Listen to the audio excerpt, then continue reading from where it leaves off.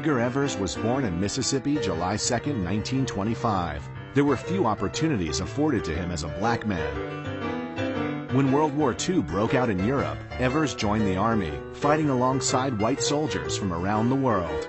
It was in Europe as a young man that he came to realize how restrictive Jim Crow segregation was in the South and in his home state of Mississippi.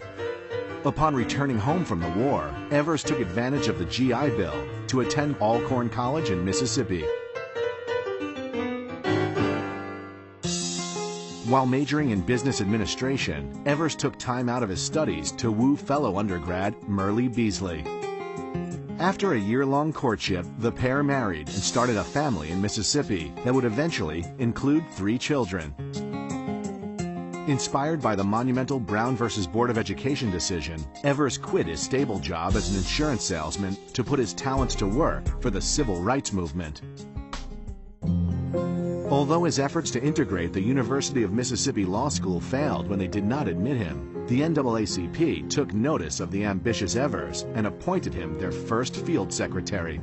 This is a man who for 8 or 9 years organized in a state where civil rights workers would disappear. To be a member of the NAACP and to be the front person of that organization in the state was a remarkably courageous act. Evers quickly settled into a job of shaking up the establishment. Focusing on crimes against blacks, he set up boycotts against white-owned businesses that practiced discrimination and helped investigate acts of violence, such as the Emmett Till lynching, where a 14-year-old black boy was lynched for just talking to a white woman. Evers' position as a symbol of the civil rights movement solidified with his attempts to get fellow African-American James Meredith admitted to the previously all-white University of Mississippi.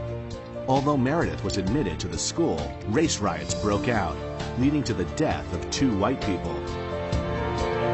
Angry white supremacists sent death threats to Evers, hoping that fear and intimidation would curb his efforts to integrate the South. But Evers had fought too hard to stop now. The tides were changing, and Evers was proud to be leading the cause.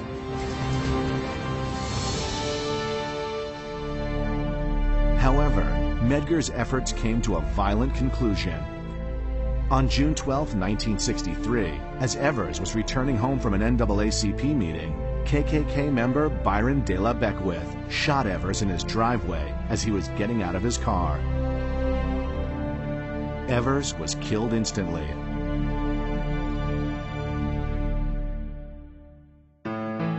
Arrested for the crime, Byron De La Beckwith was tried twice by all-white juries in 1964. Both trials ended with hung juries.